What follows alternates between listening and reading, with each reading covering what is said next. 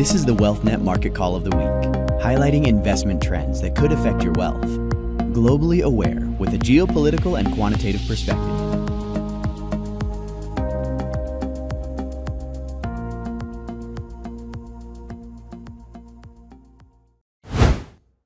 I'm getting ready to talk about the number 6 surprise in the 10 avoidable surprises that derail executives planning and investing for retirement.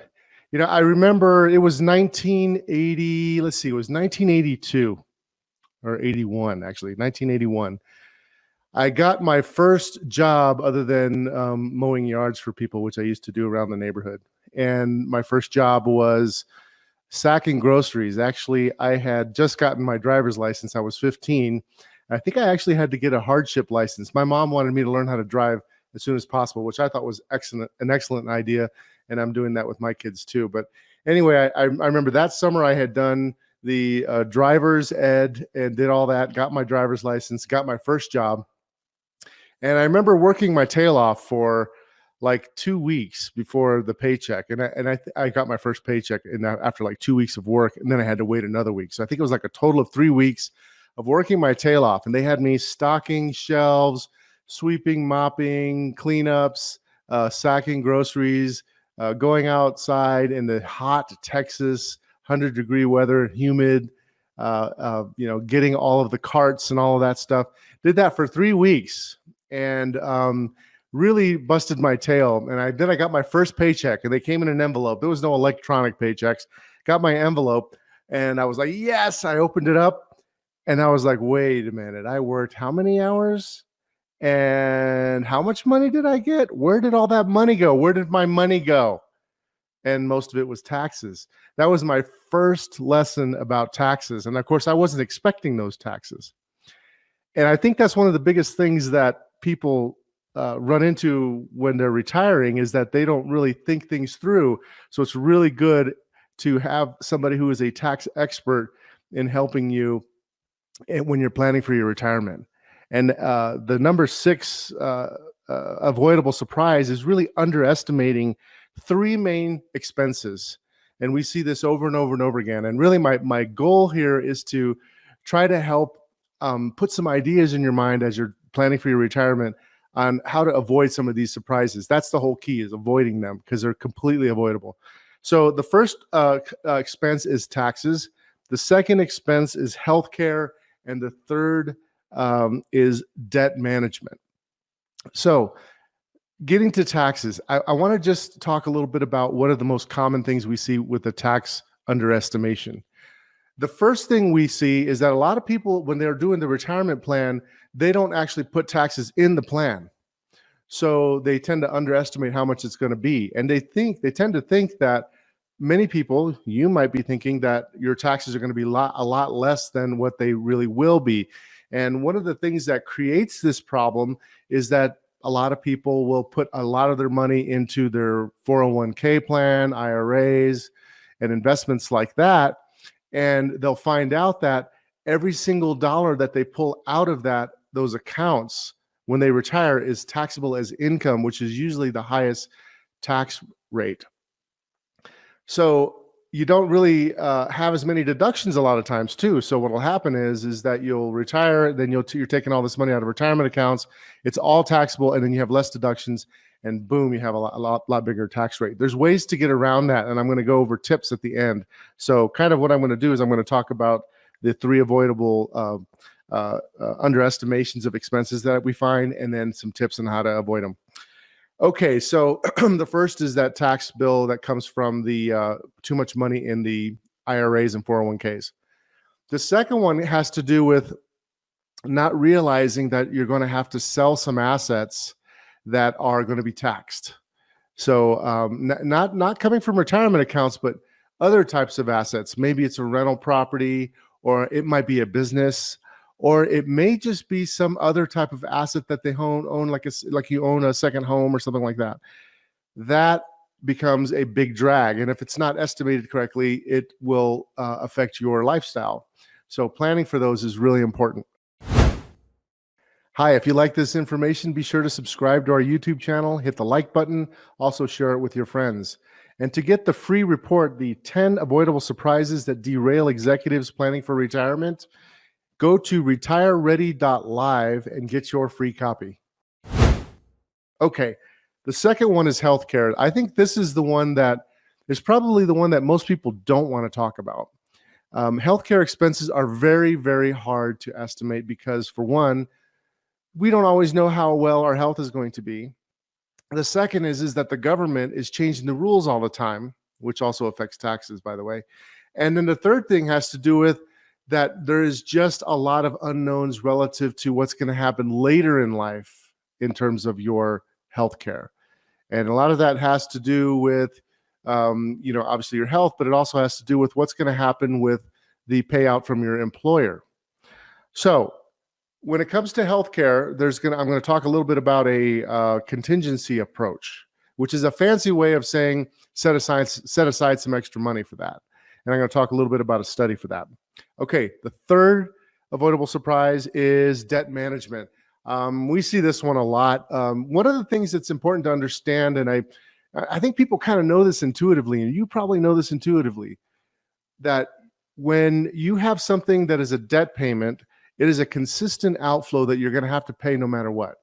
So when you're working, it's like, well, you get a paycheck, and so you have a consistent income, and then you have a consistent outflow for your mortgage or whatever debts that you have. But a lot of people have been refinancing and refinancing and refinancing, and some people have been adding more debt on top of it by taking more cash out, and that part is not being planned correctly. So, let's just say you may be able to make some adjustments to to have a better lifestyle if you fix that sooner, especially if you're within like 10 years of retirement or so. So, but the point I was going to make is that since you have a consistent debt payment, that requires your assets. That's very burdensome on your assets because it means you must consistently take money out. So there's a big difference between being able to have control over the timing of when you can take money from your assets, because you could sell assets when they're up and avoid selling assets when they're down, which is really important. If you don't have control, then you can't really maintain your timing advantage. So what that means in the real world is that your investment portfolio has to be designed in a way where it's more consistent in its generation of cash flow. And because of that, your return is going to be less. So a lot of times what happens is people wind up having a lot lower potential lifestyle because the debt is not managed correctly. So there's this concept of a sustainable withdrawal rate. And I talked a little bit about it when we were talking about the income in the past, but this also affects your debt. So if you have a small amount of debt, it's really no big deal. But if you've been refinancing and or taking on other debts or have a business with debt, a lot of times the debt management can be an issue. So let's break down now into the avoidable tips. On the taxes, let's start with the taxes. The first thing is, this is so basic. Have a CPA help figure out what that tax is going to look like now, and then project it out in the future, and you can start making some plans. So what we like to do is when we have a plan, a lot like these days, we do a lot of Zoom calls, and we have the CPAs, and we have CPAs that work with our company as well. And we basically say, okay, here's all your assets, here's all your liabilities, here's your income, expenses, Social Security, everything. Let's look at the forecast of the taxes, and what can we do right now to eliminate that problem. So the CPA tax planning, number one. Number two has to do with tax planning prior to year end. So a lot of people are very reactionary when it comes to taxes. We're a huge proponent of looking at your taxes in the fourth quarter ahead of time, and then making adjustments then so that you know what needs to happen.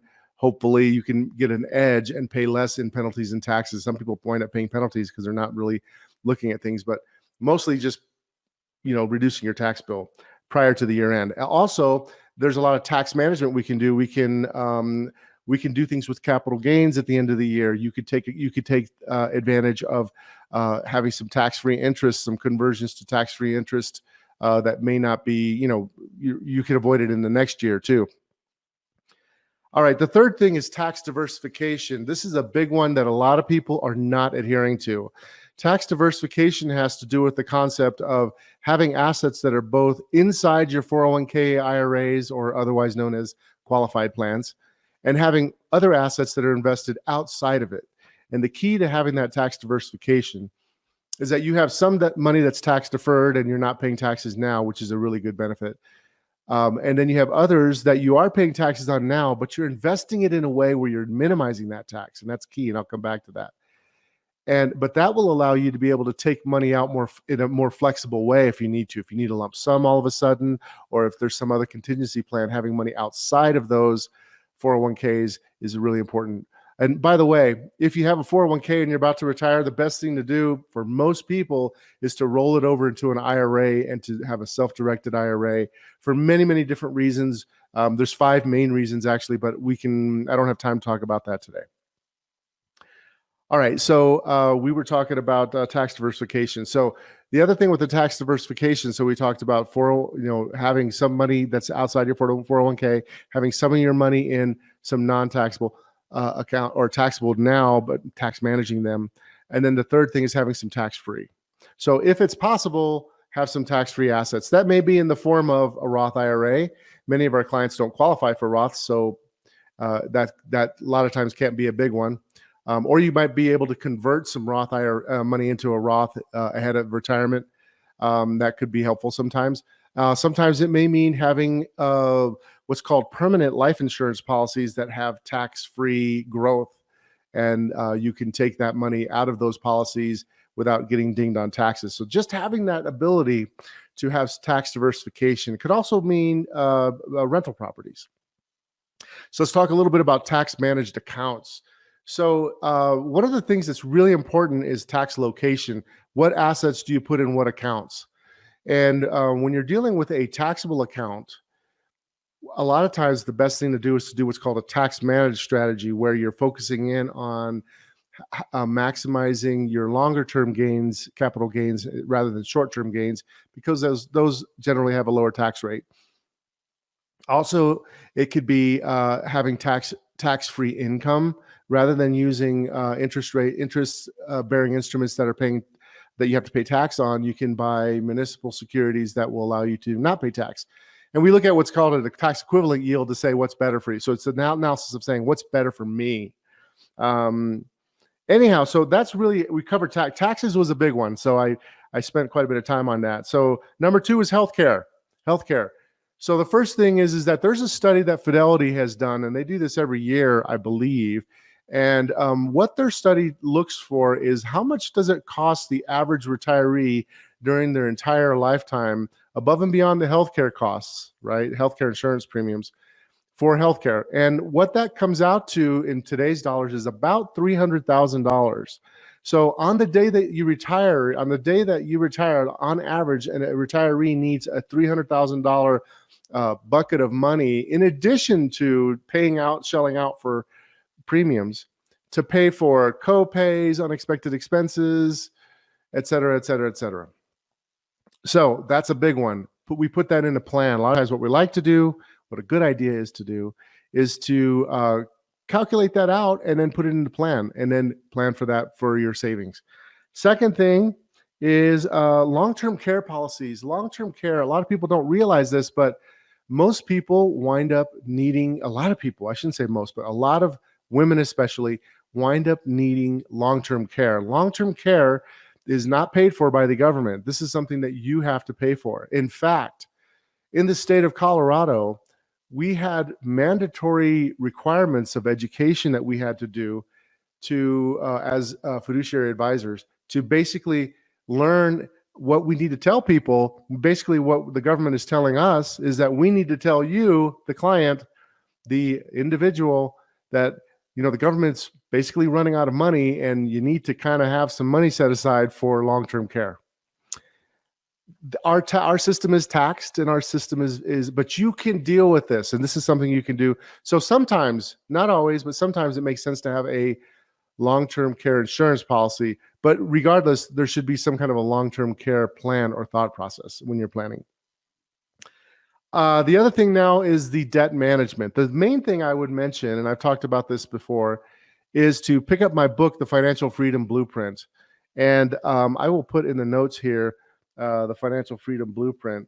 You could just send me a comment here and just ask for, just say Financial Freedom Blueprint.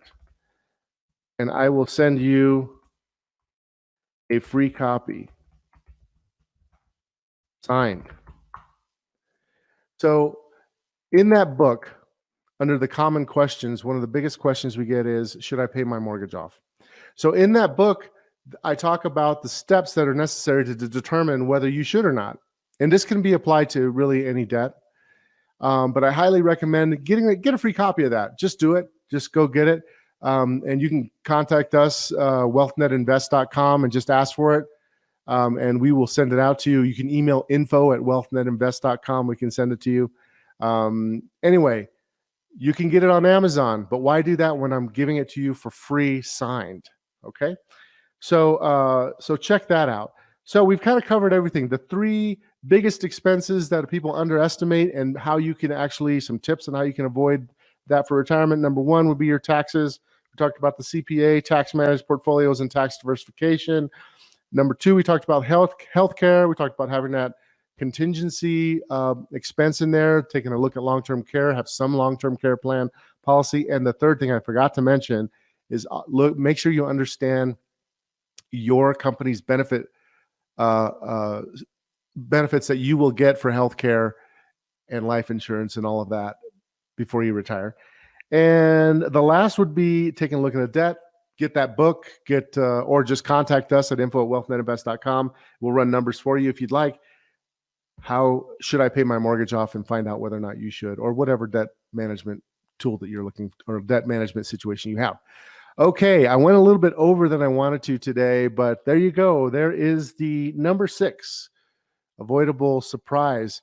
I'm Louis Giannis with WealthNet Investments. If you guys need anything, be sure to let me know. Oh, by the way, another thing I wanted to mention to you, I've got a free, you can get all of these avoidable surprises with the report that we've created. I created this, I wrote this. It's called the 10 Avoidable Surprises That Derail Executives. Get a copy of that. All you got to do is go to RetireReady.Live. I'll write that in here, RetireReady.Live. Go to RetireReady.Live and you can download it. Okay, that's all for now. Have a great day. We'll talk to you soon. Be well. The market calls are designed for informational purposes and should not be considered investment advice. As always, do your homework, assess the risk, and invest in light of your personal goals. If you like this information, be sure to subscribe and follow us on Twitter and Facebook.